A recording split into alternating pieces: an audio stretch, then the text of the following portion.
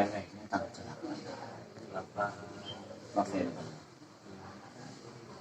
Kesukaan Suka apa namanya?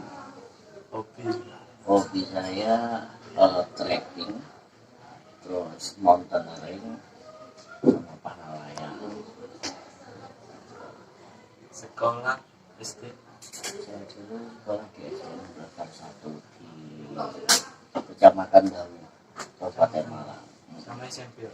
SMP-nya saya di SMP PGRI 1 Galuh juga. Masa sekolah Pak. Kenapa masa sekolah?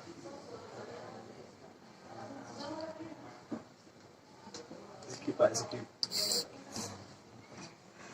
Kenapa ingin jadi guru Pak? Tidak ada cita-cita saya menjadi guru. Saya sekolah, bekerja. Saya menjadi guru juga tidak pernah melamar untuk menjadi seorang guru. Cita-cita saya juga tidak menjadi seorang guru. Tapi saya mengalir saja tentang apa yang digariskan Tuhan pada kita syukuri. Ternyata saya menjadi guru, ya sudah saya jalani dan saya syukuri, kita nikmati aja. Itu jadi nggak ada cita-cita khusus kenapa jadi guru. Terus gak ada cita-cita Pak? Cita-cita saya sebenarnya ingin menjadi seorang militer. Dulu saya sudah daftar di militer dan sudah diterima. Setelah saya pulang ke rumah minta izin kepada ibu saya karena ibu saya single parent untuk mengikuti pendidikan, dan setelah ujian tes itu kan ada pendidikannya. Nah, ibu saya tidak mengizinkan, ya otomatis kalau ibu nggak mengizinkan ya saya nggak berangkat. Sisi lain kan ada pertimbangan psikologis antara saya dengan ibu, ada hal lain yang tidak bisa saya sampaikan yang menyangkut tentang ibu saya dan adik saya kalau saya tinggal gitu. Gimana perjalanan menjadi guru Pak? Sebenarnya begini, berawal dari pramuka. Saat saya masih SMP saya sudah dikasih kepercayaan oleh sekolah lain untuk membina di SMP itu, SMP yang lain, bukan sekolah saya. Karena di saat SMP itu tim kami kan pramuka itu kan selalu berbicara mengenai kelompok regu dan seterusnya, sering juara. Akhirnya saya diminta untuk membina anak-anak SMP yang usianya sama, cuman waktu itu saya kelas 2 SMP, saya disuruh bina adik-adik kelas 1 SMP, dan akhirnya berkembang sampai saya menempuh mengenyam dunia pramuka sampai skala internasional dan seterusnya. Lalu saya sekolah ilmu kepramukaan itu sampai tingkat nasional dan seterusnya. Di sanalah ternyata ada satu figur bahwa gini, kamu cocok ini kalau ngajar, karena jiwamu di pramuka itu sudah kelihatan kalau kamu bisa mengajar. Nah, dari situ akhirnya di awal saya kuliah di sekolah SMK saya itu, gurunya kebetulan pensiun, purna tugas, tidak ada pengganti. Nah, saya kebetulan kuliah di jurusan bahasa Indonesia.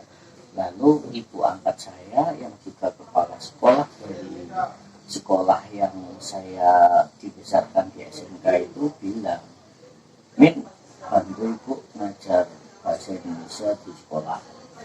Nah, tapi saya masih kuliah Bu, baru lulus kemarin. Karena baru lulus kemarin saya sekolah masih dapat 1 semester, tengah-tengah semester mau memasuki semester 2 saya suruh ngajar. Kan yang saya ajar berarti adik kelas saya, saat saya kelas 3, adik kelas saya kelas 2 itu saya ajar sampai dengan adik-adik yang bawah. Tapi itu sekolah swasta. Dari situlah kita besar. Beberapa tahun kemudian akhirnya SMK ini membutuhkan guru bahasa Indonesia.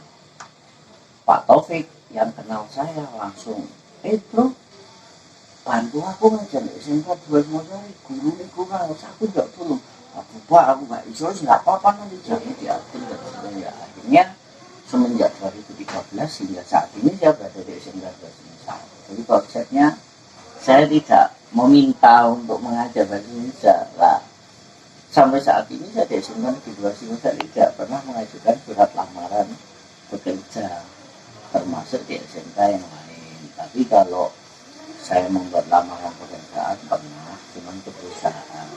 Nah, di perusahaan hingga saat ini saya juga menjadi bagian dari tim untuk pengembangan di bidang public speaking karyawan, terus membangun komitmen antar karyawan, sehingga saya punya, akhirnya dari situ kok tertarik, akhirnya saya kembangkanlah menjadi vendor semacam IO yang menyelenggarakan pendidikan bagi orang-orang seperti itu, tidak dalam permainan outbound, safari camp dan seterusnya. Sehingga ya sekarang punya usaha sendiri yang bergerak di pelayanan masyarakat tentang kebutuhan kesehatan mental mengenai outbound dan seterusnya, kayak refresh dari kedinasan, dari perusahaan-perusahaan dan lain-lain. Nah, dari situlah kita berkembang. Keinginan selanjutnya Pak? Saya hanya punya satu cita-cita kecil. Kalaupun itu saya tidak bisa haji, paling tidak bisa umroh. Kalau dari sisi agama ya, termasuk saya, anak saya dan keluarga saya. Tapi di sisi profesi, guru adalah sebuah perilaku bagi saya. Guru mengajar hanyalah sebuah tindakan ibadah saja.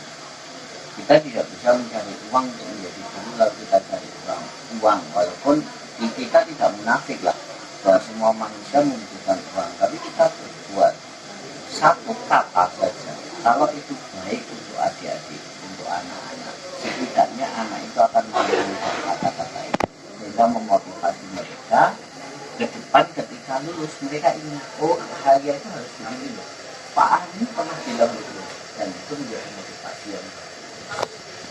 Kalau secara pribadi rencana saya adalah punya satu usaha kecil yang bisa saya kelola baik sebagai hiburan dan bagaimana bagaimana tapi dengan oke, terima kasih, semoga bisa termotivasi. Jadi dari biografi itu kan Anda diajarkan kalimat terakhir sebetulnya biografi itu terakhir mengatakan ini, komponen biografi itu adalah motivasi yang bisa dipetik oleh pembaca atau generasi selanjutnya. Harapan saya kalian sebagai siswa EI yang harus mampu, sekalipun saya tidak pandai, tapi pastikan dirimu bermanfaat bagi orang. Saya rasa cukup, kurang lebihnya mohon maaf. Saya akhiri. Wassalamualaikum warahmatullahi wabarakatuh. Amin.